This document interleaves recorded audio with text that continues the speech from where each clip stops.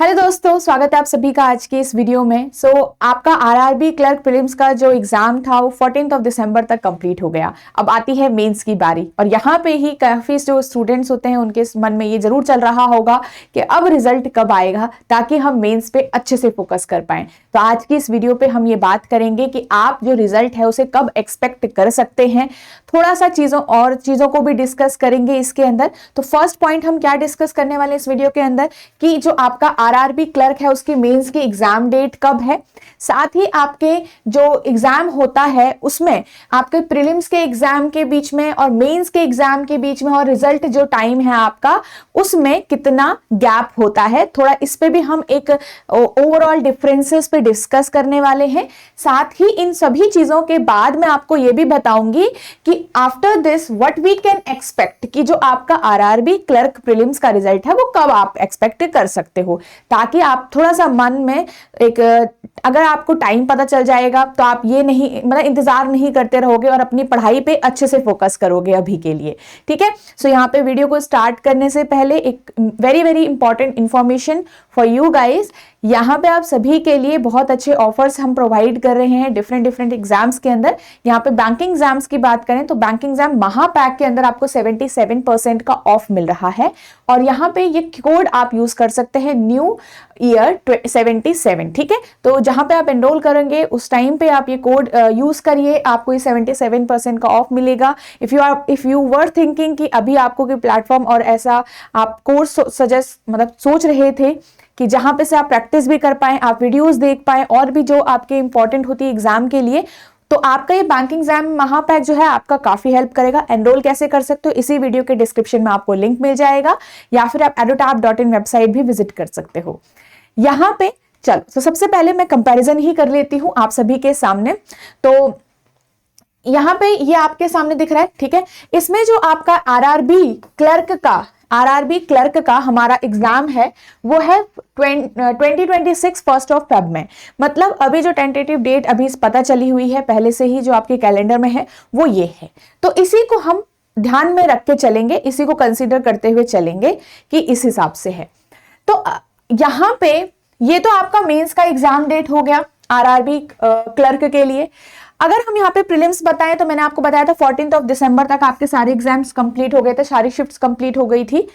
बाकी एग्जाम्स को कंपेयर करें गाइस तो आप थोड़ा सा खुद से भी अनुमान यहाँ पे लगा सकते हो कि मेंस के यहाँ पे प्रीलिम्स के बाद का टाइम मत काउंट करो।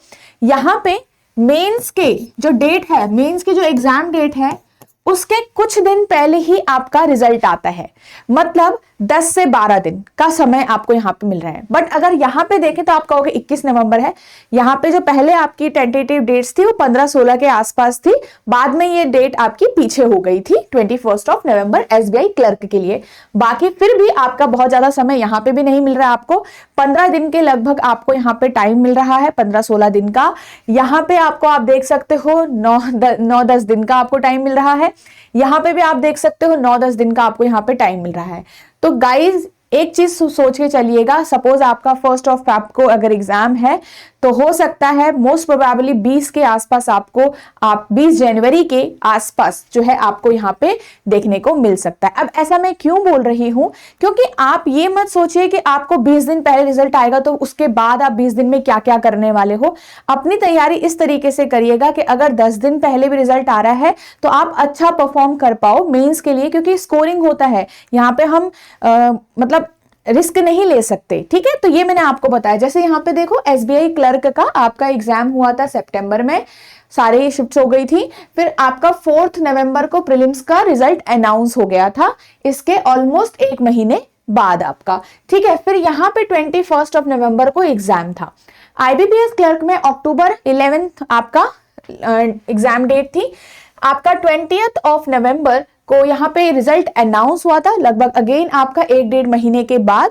बट आपका जो एग्जाम यहाँ पे मेंस का है वो कब हो गया था 29 नवंबर एंड 2 दिसंबर, वही 9-10 दिन का गैप।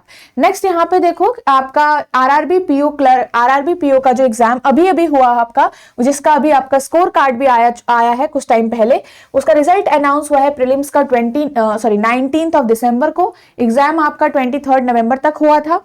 यहाँ पे आपका 28 दिसंबर यहाँ पे देखो कितना गैप है, वही 9-10 दिन का गैप है। तो यहाँ से कंसीडर आप कर सकते हो राइट कि जो आपका एग्जाम होगा आरआरबी क्लर्क, ये आपका मेंस का, तो वो कब एक्सपेक्ट कर सकते हैं?